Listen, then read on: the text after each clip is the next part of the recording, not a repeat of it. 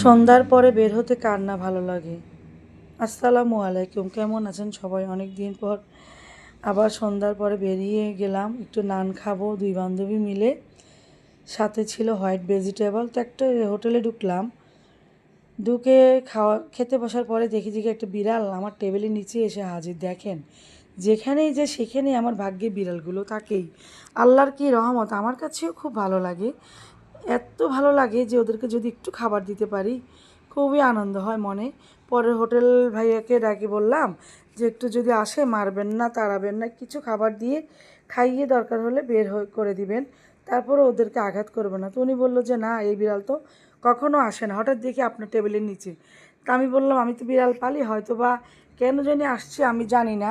উনি বললো কখনো আমার হোটেলে বিড়াল ঢুকে না, আজকে ঢুকলো। তারপর উনি আমার কথা শুনে অনেক হাসলো, ভালো লাগলো, বললো যাক আপনি বলছেন ঠিক আছে, মারবো না, আমি খাবার দিব। আর এই বিড়ালটার বাচ্চা হওয়ার ছিল। বললাম যে বাচ্চা হবে হয়তো বা, আপনি মারবেন না, ওকে আঘাত করবেন না। তা আমি যতক্ষণ ছিলাম ততক্ষণ ওকে খাবার খাইয়েছি। অনেক ভালো লাগলো আমার কাছে, কী যে ভালো লাগছে দেখেন, তাকিয়ে আছে কী অগাধ চোখে। ইচ্ছা করে আমার সবগুলো বিড়ালকে বাসায় নিয়ে আসি।